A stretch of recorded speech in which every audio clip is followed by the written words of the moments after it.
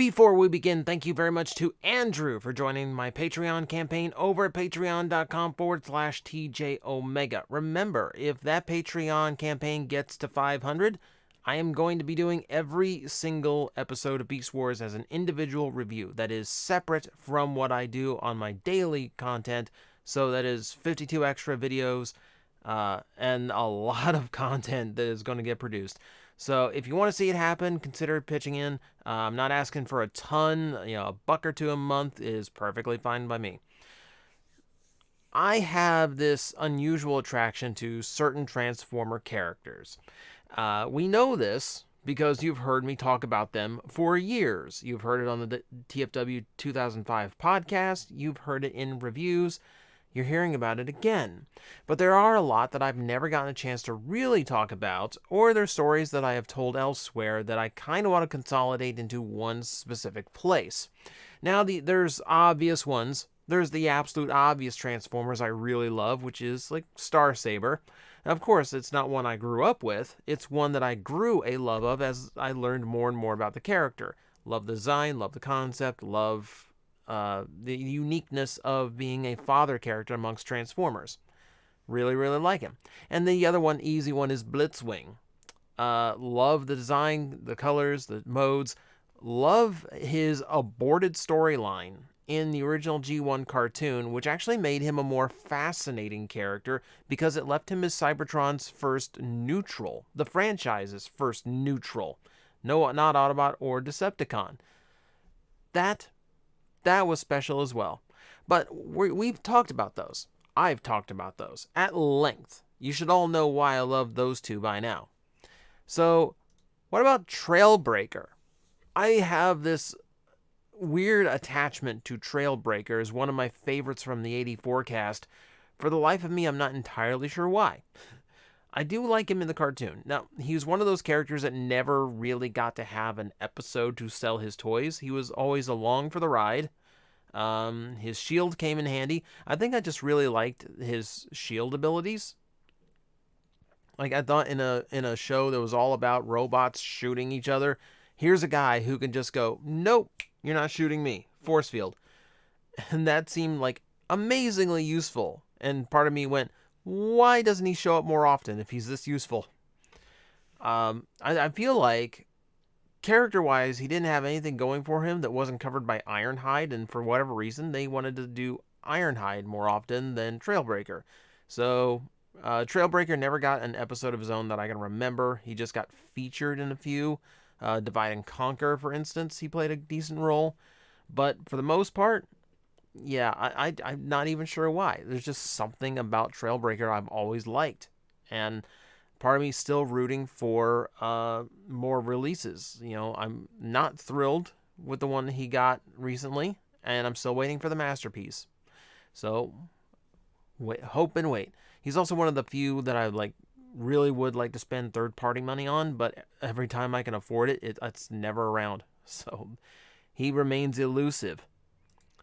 How about Lightspeed? I have talked about the Technobots in the past. They are my favorite combiner team because I do like the uniform colors. I like the variety they provide. They're very different vehicles from each other. So you get variety and synergy at the same time. I think that's a beautiful combination. Lightspeed in particular, for whatever reason, I've always really liked. And probably because as a very little kid, that was my favorite Transformer. That's the one I goofed around with. That's the one I carried around with me all the time.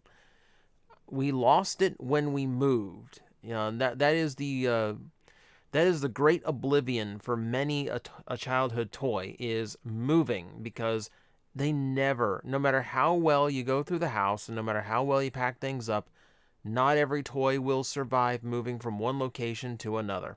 That's just the way the universe works. It's like doing your load of socks and coming up too short. That's how it works all the time.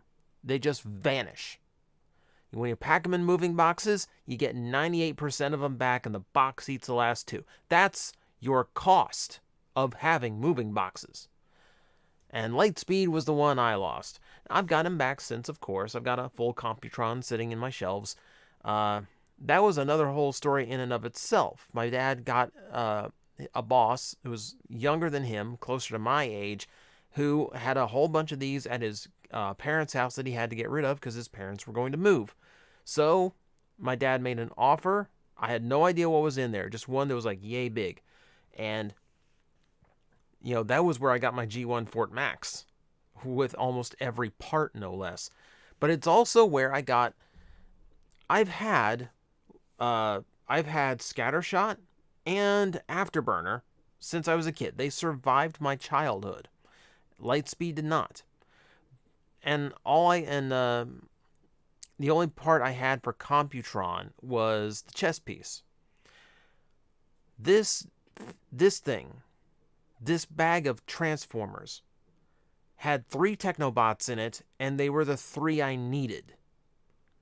They had all the guns for all the Technobots, including the 2 that I had from childhood that did not have theirs. And I think it was one fist short of having all the Computron parts too. Absolutely incredible find. Amazing birthday present from my dad. Still have most of those. There's a couple that I did feel like I had to move away from because they were better in someone else's collection. But I still have so many of those in the collection, and I'm very happy Lightspeed's in them. I need to dig that out just to goof with Lightspeed a little bit. Here's a random one. When we did the repaint video with Grim Locamus, I talked about Night Cruise as one of my favorite repaints. I love how stark of a contrast it is between his original paint job and this one, because this one is just stark black with these hits of like shock yellow and bright blue. I love the overall look. I love what they did with it. I love this gray wash. I like the gray wash better than the white wash because I feel like it keeps the colors from being too bright. So it still has that really nice pop, but it's not pulling away from like the black plastics look. I can remember making friends with the lady who was doing the toy section at Walmart. And I was so excited that these were coming out. They were this Walmart exclusive pack. And like, I remember telling her, like, there's a full shelf of RID Megas. And I remember telling her, I'm like really excited to get these. I'm really excited for there's a new one coming out that's exclusive to Walmart. I'm really excited to get it. So she scanned it and ordered another batch. She ordered another case of them while I was standing there. I remember at this time as a kid, I had no idea that there was such a thing as an exclusive assortment, that these would be separate from any like normal Mega Class figure that would be coming in. All I knew was it was going to be in a Mega Class box, the Mega Class size. So I just remember walking into Walmart one day, and there's just massive stacks of Skybites and bullet trains, and none of the Autobot 3-pack. They did eventually get those in, and I still have my Night Cruise. I think I still have all 3 from that set, actually. Yeah, love the color scheme. I would love for this to be like the basis for like Cyclonus's remolds. Something like that, So, let's go into something a little bit different. Rapido, going from black and white to G2 Vibrant. This was one of the first Transformers I could afford with my allowance. This is one of the first times that, I guess technically I'm still like using my parents' money to buy my Transformers, but it's money I earned. It's not just me going, begging them to go to Toys R Us and begging them for something off the shelf. No. I earned my money, and I decided to spend it on this really cool red Autobot I saw. Still really love Rapido. I love that the very first and only BotCon I ever got to go to in 2010 actually had the only modern Rapido toy that we have ever had. And I really wish there would be more. Now that we're getting into this era where they're starting to do G2 a little bit more often, we've seen like G2 Megatron, of course Combiner Wars had G2 representation, mostly because that's the only way they're going to repaint some of those figures. But we also have like a rumored road rocket coming up. That, and a few other, I believe there's a few other G2 names somewhere down the line. But I think it's really, really a missed opportunity because there's so many Transformers, there's so many toys out there in Transformers where this fits. The chest coming forward from the car hood, there's so many Transformers that do that. And, any Jazz figure, I would be happy to be a Rapido at some point, provided it's not the 86 Jazz with all that clear plastic. Please opaque. Please opaque. But I miss this guy. I miss the red and the teal. I really would love to see another version of him at some point. Skull Cruncher. This was the only headmaster I ever had as a kid, and I think it was very foretelling that as a kid growing up in Indiana that I would eventually move to Florida, and the toy I'd be attached to was Skull Cruncher. That move from Indiana to Florida is where I lost my Lightspeed. It's also where I permanently said goodbye to Grax, the head of Skull Cruncher.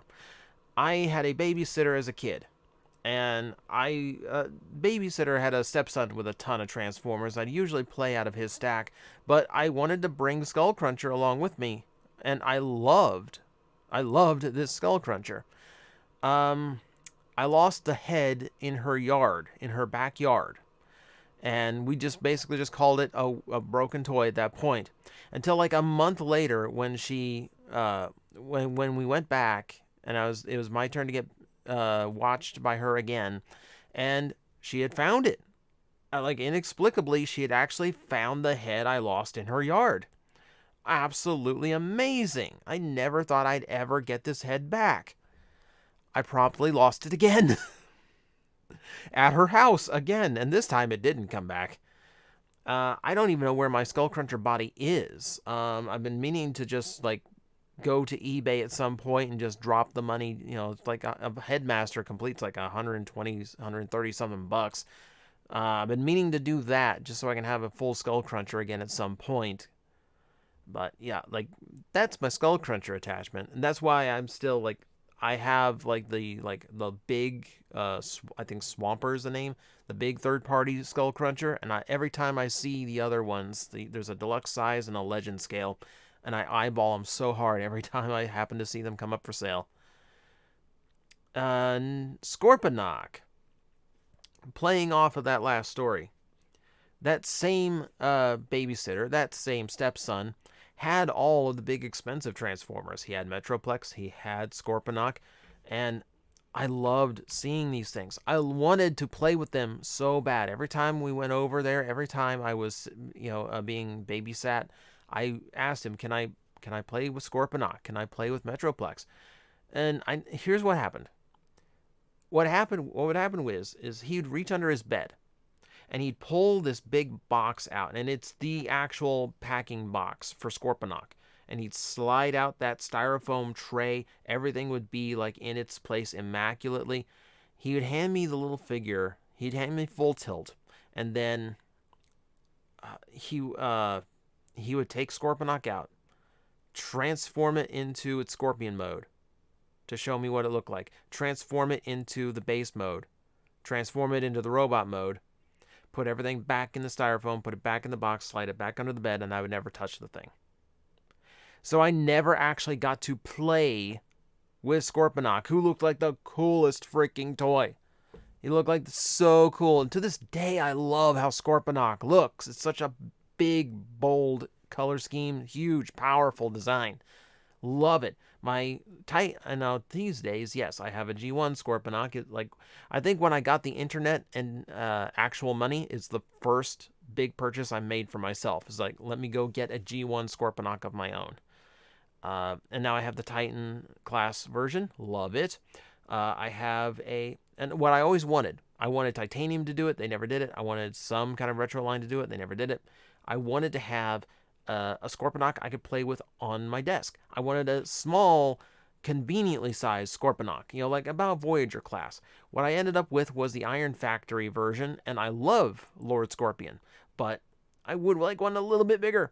just a little bit, just a little bit. He's just a tiny bit too big, or tiny bit too small. So that's Scorpionoc, and we move on to Squawk Talk, or Squawk Box, because it's Beast Box and Squawk Talk combined. So as a kid, you don't really you don't have every single toy of all the characters you really like. You have stand-ins that you pretend are those characters. If I have I can remember, I didn't have Turbo from GoBots, so I would have a red Hot Wheel car that I would stand up on its back, and I just pretend that was Turbo. So when I had Squawk Talk and Beast Box as a kid, and that was my Laserbeak and Rumble. In my heart of hearts, I knew that's not who they were, but that's who I pretended they were, because those are the characters I really wanted at the time. But those were the only real cassettes I remember having. I had Soundwave, and I had I had these two. My grandmother loved her yard sales. She would almost every weekend, because she would go to other yard sales, pick all the things she thought would be worth more, and she'd sell them at her own yard sale. And that's basically how she spent her retirement. And if I was unfortunate enough to leave a toy at her house over the weekend, because she was often the babysitter, I would only go to my other one if she was unavailable or sick or something. In this case, if I had left a toy there over the weekend, she would assume I was done with it. And it would end up with a 25-cent sticker. It'd end up on her table, and it would be gone. I will never know how many G1 Transformers I actually owned, because I will never remember all the ones that were lost that way. I know I lost Soundwave that way, and I lost these two. A friend of mine actually returned these to me. He actually, for a birthday present, got me these two, and it's the closest I've ever come to crying over a present. I was so happy to get them back. It meant the world to me. I can look over at my shelf, G1 shelf, and they are right there. They are right in the front of the line. Still really appreciate that. So, and I've told that story before. I ended off a Toycember. So ironically, it's about the same time of year that I already told that story. But yeah, these two meant a lot to me. And we're going to wrap it up with Ramjet. I told you that my grandmother loved her yard sales, going to them and all that. She would drag me along to them a lot as well. And if there was a toy I liked there that was pretty cheap, yeah, she'd get it for me. And I can't remember how many toys I gained that way. Ironically, the babysitter, once upon a time, did drag me to one, and I remember finding an Astro Train that she would not buy me, no matter how many times I promised my parents would pay her back. It took me until my adulthood to get a G1 Astro Train. Ramjet was my only seeker as a kid. Didn't have any of the others, no Starscream, no Thundercracker, no nothing. All I had was Ramjet, and it was gained at one of these yard sales, and my grandmother was the one who got him for me. And the weird thing about this is, I don't know why, but I have such a vivid memory of this Ramjet. I can remember seeing it on the table and being amazed because it was in a little plastic baggie with all the parts kept with the toy. I was one of those kids that just dumped everything in a toy bin and just, I'll just pull out whatever I can find and wanted to goof with that day. So a lot of parts got lost. A lot of parts, ended up broken. This is the first time I'd ever seen anyone actually have all the parts specifically saved and set aside along with the character, along with the Bane toy. And it kind of opened my eyes to I should be taking more care of it. It was the first time I matured and started becoming a collector. Ramjet's kind of where I was. It's kind of the reason why I still have toys left from my childhood, and where my collector mentality began was seeing this toy being kept in such good condition. And I have such a vivid memory of this. I could probably take you to the street, if not the house, that the yard sale actually was at, because I can remember the landmarks. I can remember it was only a couple, 2 or 3 houses down the road. I was right off the main road that goes through that town. I don't know why. I don't know why my memory remembers it so well, but it does. I still have the Ramjet. It is in my shelves right now. It still has its weapons, still has its fists, still has its wings, still has its tail fin, but one of them's broken. And I think the only piece that is lost from that is the landing gear. But yeah, that is still in my collection. And because of that attachment to my grandmother, if you watch his channel often enough, you knew how much my grandmother meant to me. So Ramjet, in particular, of all the Seekers, he's not my favorite color scheme, he's not my favorite character, but he's the Seeker that has the most sentimental value to me. And that is the reason why. So this is my list of all these different characters amongst Transformer history that I am inexplicably attached to, or perhaps not, because I think I've given pretty good reason for why all of them are important to me in one way or another. Let me know in the comments which Transformers you are attached to, inexplicable or not. Just let me know. I'm kind of curious. And, of course, if you liked what you saw today, hit subscribe, hit like. It's incredibly important. And hopefully, I will see you the next time we talk Transformers. Which, hey, that's probably tomorrow, because that's what I do.